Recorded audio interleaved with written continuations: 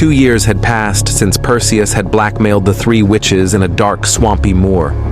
In the midst of their ongoing argument about the fate of Medusa, they exchanged a sticky black eyeball to take turns poking their eye sockets. "It's been 2 years, 2 long years since Perseus blackmailed us, and we've done nothing for our beloved Medusa," an old witch cried angrily, her dirty, overgrown nails scratching her sagging face. Without warning, another witch snatched the eyeball and forcefully inserted it into her own eye socket, glaring at the first witch with a pointy nose. "Don't utter that monster's name again. He nearly killed us. Do you expect us to hunt him down and extract his eyes for us?" the second witch shouted, but the one with bushy hair burst into laughter. "Of course, she can't see. You took her eye. Give it to me," the bushy-haired witch croaked, shaking the second witch's face, causing the eyeball to pop out. Fortunately, the bushy-haired witch caught it before it fell into the muddy ground. "I agree with you, my dear. Perseus deserves punishment, but that doesn't mean we can't seek justice for Medusa," the third witch said, and an evil plan formed in their twisted minds. They grinned in unison, revealing their chapped lips and crooked teeth, their laughter echoing as wings flapped loudly overhead. On the first night of November, the people of Perseus in Mycenae gazed at the enormous blood moon, an eerie feeling settling upon them.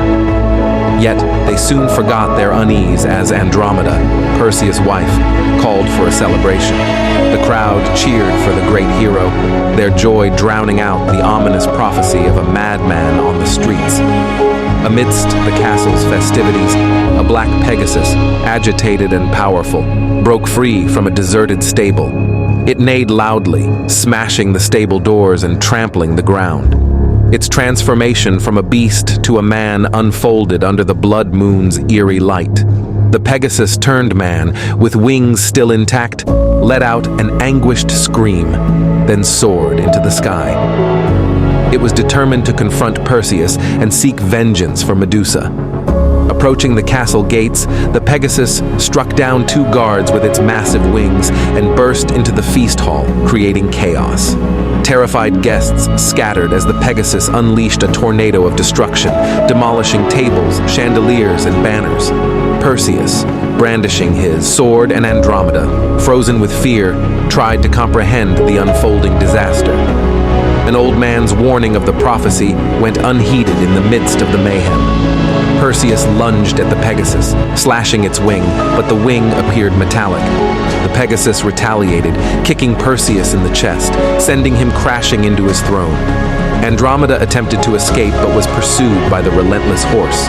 Perseus and Andromeda's children rushed to aid their mother, wielding various weapons. However, the Pegasus transformed into its human form and unleashed a gust of wind, flinging them against the walls. Perseus, though wounded, made another attempt, leaping onto a table covered with food, and lunged at the Pegasus. But his sword hit the ground, ineffective against the Pegasus's metal wing. He was kicked and sent tumbling. The hall resounded with screams of panic as the Pegasus continued its rampage. Perseus struggled to stand, but the Pegasus charged and kicked him in the head, rendering him helpless. Desperate, Perseus begged, "What are you?"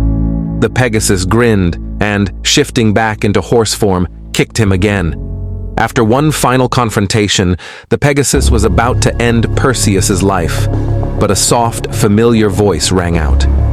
A beautiful woman with wavy hair stood at the broken gate, surrounded by lifeless bodies. The Pegasus's eyes welled up with tears as he gazed at his mother, Medusa. She extended her arms to him, offering forgiveness and reconciliation. The Pegasus, overwhelmed with emotion, embraced his mother. Pegasus and Medusa left the castle to seek for Athena's help.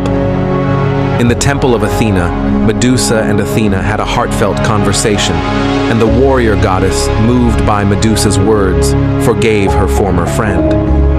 The two women reconciled, and Medusa returned to the palace, eager to start anew.